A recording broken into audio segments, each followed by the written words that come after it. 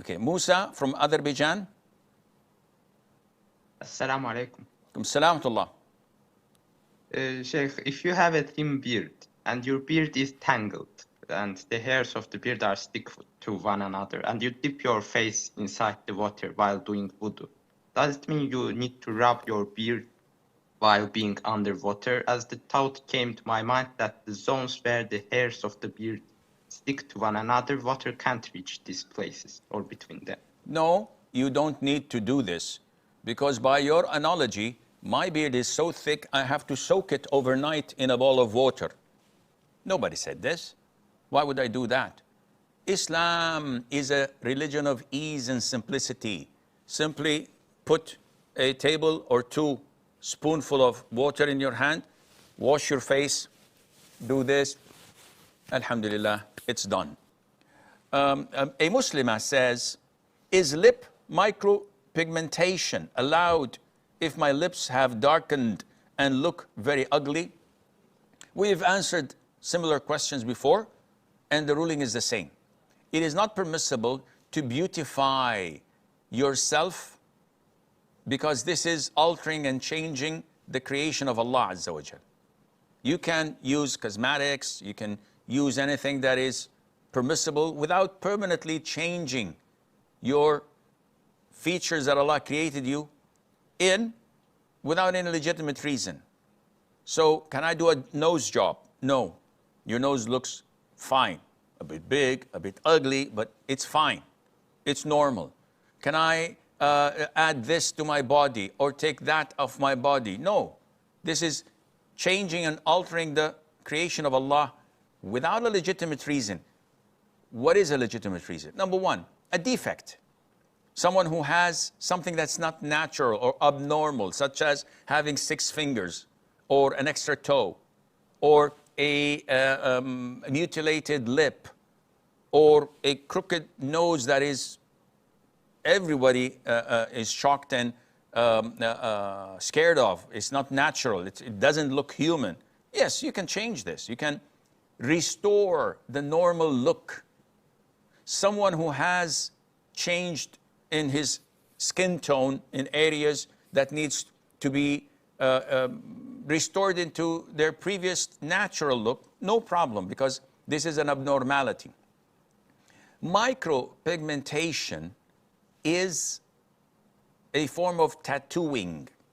And we know that anyone who tattoos himself or herself is cursed by Allah, whether it's the person having the tattoo or the tattoo artist. They're cursed by Allah Azza wa Jal for changing the creation of Allah. And nowadays, celebrities, footballers, athletes, they have ink all over their bodies. And poor, ignorant imbeciles among the Muslims think that this is cool, not knowing such coolness would be roasted in hellfire on the Day of Judgment. This is a major sin. Allah curses those who do it. Yeah, but it looks cool. No, it's not cool. It's haram.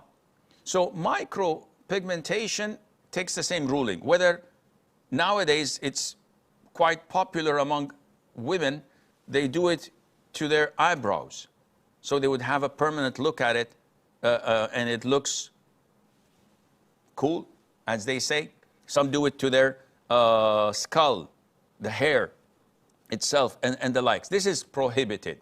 Now, tattooing can be permissible at very, very, very limited situations when the skin tone is changed due to an illness or other factors, and one would like to get a normal look.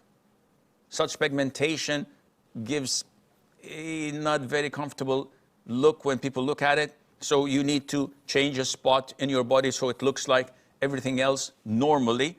Then this is permissible. Likewise with the lips.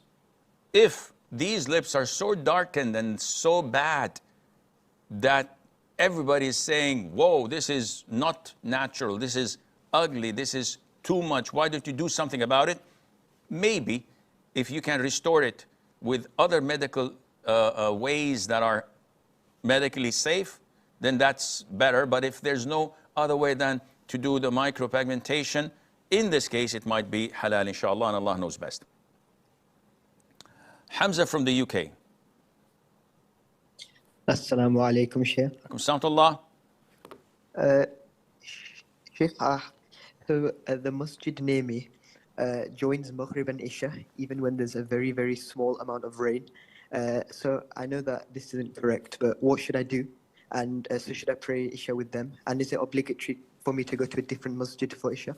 Jazakallah khair. Wa jazakum. If the masjid combines between Isha and Maghrib without a legitimate reason, and unfortunately some of the imams are so lenient and soft that they go against the sunnah. So they say, no, the Prophet ﷺ did this, Ibn Abbas did this and ordered us to do this because the Prophet did it, ﷺ, blah, blah, blah.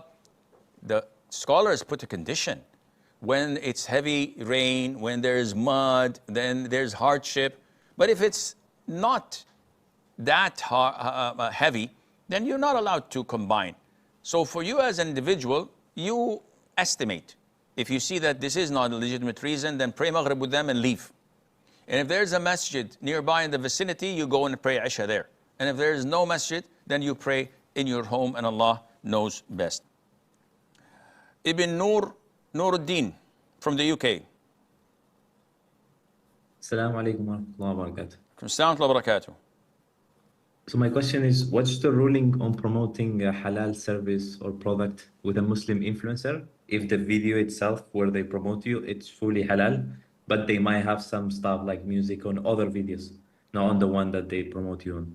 Jazakallah khair. Wa jazakum. First of all, when you go to an influencer, you do so to promote your product or a service, knowing that this influencer has followers. So you go to him, you pay him money, and he does this service for you. The service itself is halal.